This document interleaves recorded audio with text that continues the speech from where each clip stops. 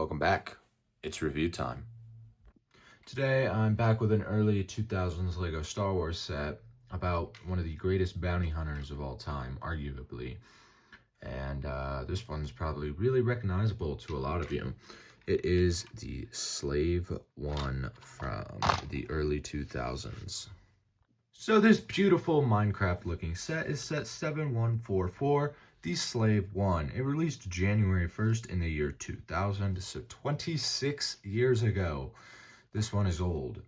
It came with one build, and depending on how you look at it, one or two minifigures, and I'll talk about that in a second. When this set released, it retailed for $20. Because of inflation and adjusted for it, it would be worth about $37, but knowing Lego, it would be worth $40 or $50 in today's money. If you want it used, it will be $90 on eBay and Bricklink or wherever you decide to buy it. And if you want it new, sealed in box, it's going for about $230. Let's get into the minifigures. Starting off with the actual minifigure of this set, Boba Fett. He's a very nice minifigure. This is not the $5,000 one because he does not have arm or leg printing. But still a very nice minifigure and very desirable for collectors, especially of the bounty hunter kind. This is back when they had the helmet to jetpack attachment piece. And so just taking that off, you can see it's all one piece with him having no head at all, just a black piece. And then no back printing. It was only this torso printing. And then you can see his megaphone gun or blaster. And some nice helmet printing, some silver polish. The detail on him is incredible for a 2000s minifigure. If you want this minifigure to have cracks and other stuff and you want to buy him, he'll be $40. Very expensive for a minifigure to have cracks. Not compared to him being in mint condition like mine is, being worth $120. Yeah, he's a very expensive minifigure. Even though he's not the $5,000 version of himself, still very expensive. So for comparison, I will be comparing him against the Book of Boba Fett or Mandalorian Boba Fett. And they're two completely different minifigures from two eras, but I just want to show how different they are in the terms of being the same but different, with just the way the helmet mold has evolved and the arm printing and the jetpack and just how different they are. Even though they are two completely different minifigures, it's just cool to see them compared to each other. So the other minifigure, so to speak, is Han Solo and Carbonite, and I do not count this as a minifigure, just because a minifigure has to have some sort of articulation, like astromechs, big figs, whatever it is, and this is just a stationary print, but a lot of people like to count it as a minifigure because technically Han Solo is a minifigure. Besides that, though, you can see he has like this shine to him, which is pretty cool, and he's just a printed pillar piece. And then on the top, he has just the button layout that they used a lot at this time.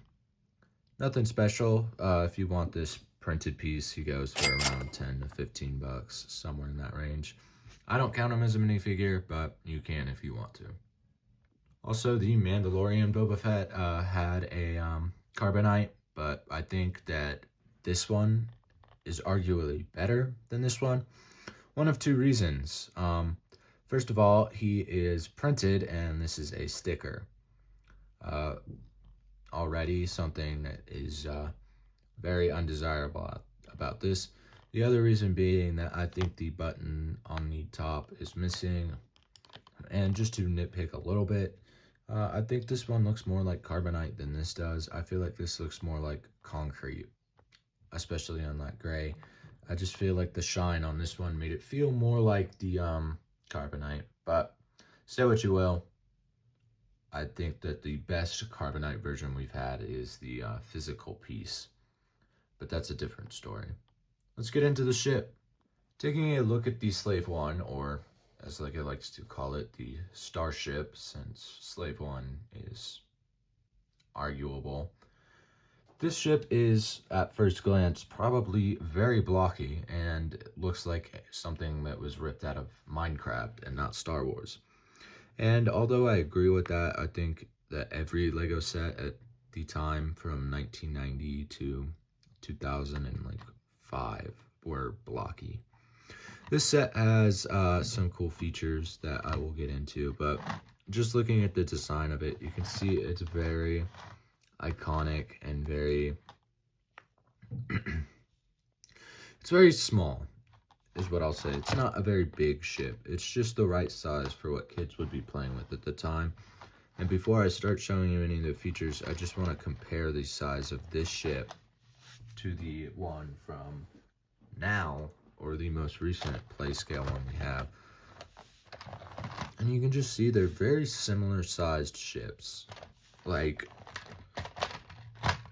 obviously this one's heavier and going to be more structurally sound, but this one is about the same size. So yeah, I just wanted to show that size comparison.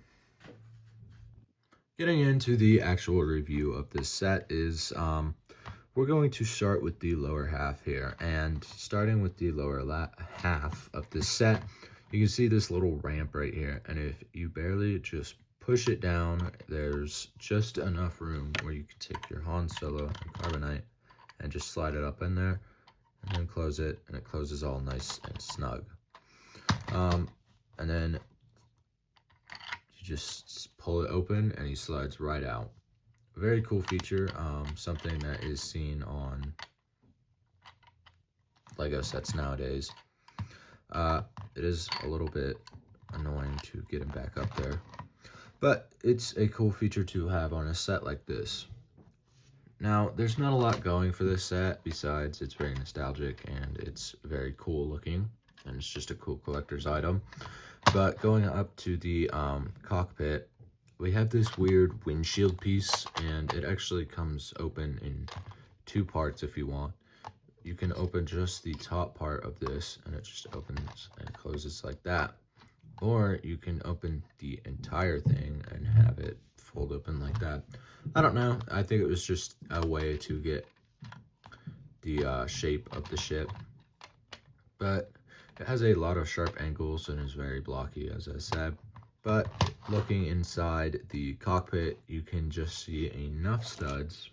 So our minifigure here can sit down on those studs, and the cockpit can actually, his gun is in the way.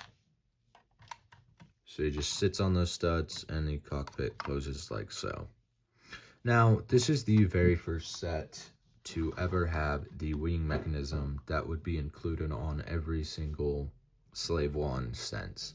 And so literally all that feature is just the weight of the wings would be, let me zoom it out here. The weight of the wings would literally make it look like it's in that flying position, and then when you land it, oh, I'm dropping it, you would see that the wings come back to landed position. So literally just tipping it. Looking at that feature on these sets we get nowadays, the wings are a little bit more bulky, I would say, and they just have that similar feature where they fold. And that all started with this set right here, and literally all it is just using the weight from the wings to fold like that. That's it. They're just connected on a blue piece right here, and they're very loosely put in there. You can actually pull it out and see the feature. It's just on this long bar that sits across the whole body of the ship. And this is what makes it very loose too. So it has that looseness to do that where it folds up and down. Very cool, especially for a 2000 set. I think kids would have had fun lifting it and landing it. A note is there's not enough room for his gun to be in here, you could probably slip it in here somewhere, like just under him, like that, and it's in there. The cockpit is going to hold, it actually has a very nice connection to these studs right here. You can probably hear it. It's like snap into place. And other than that, it's got some blasters down at the bottom that rotate individually, and you can do whatever you want with those, make the noises yourself, unlike these smart play sets. Flipping it over to the back, we can see just some pieces that are holding it in place. And we actually have the engines. The engines are very just loosely placed on there. There's nothing holding them in place, so these can actually get lost pretty easily. And that's it. That's really all there is for this set. It's not anything crazy. It's really simple. And yeah, let's move on to the instructions and my final thought. So fortunately enough, I was able to get this set with the instructions. Unfortunately, I couldn't get it with the box, even if it was with the box in good condition that was reasonably enough priced. But this instructions is actually kind of interesting.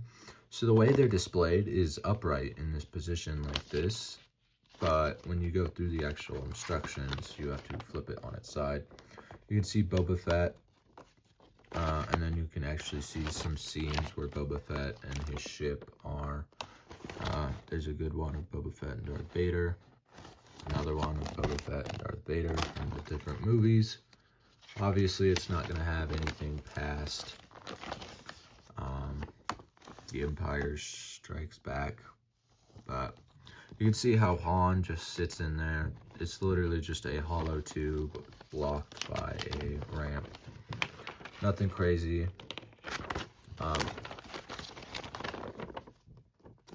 Just shows you how to build everything, and then the last page of the instructions is actually just putting on the windshield with a nice shot of Boba Fett. No alternate build, no comic in this one. There is an alternate build on the box, but I could not get my hands on that for a reasonable price.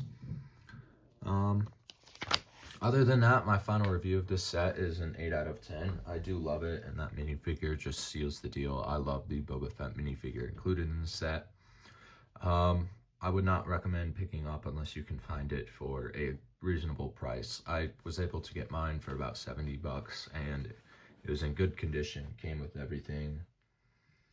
Otherwise, that's it. Thank you to all of you for all of the support I've been getting. We are up to 240 subscribers, and I know that doesn't seem like a lot, but to me, that is a big accomplishment. I had a YouTube channel in the past, and it got up to 215 subscribers, so we have already passed my old channel. The next step is to get 500 or hopefully 1,000 within the next couple of months. And so with that being said, peace out.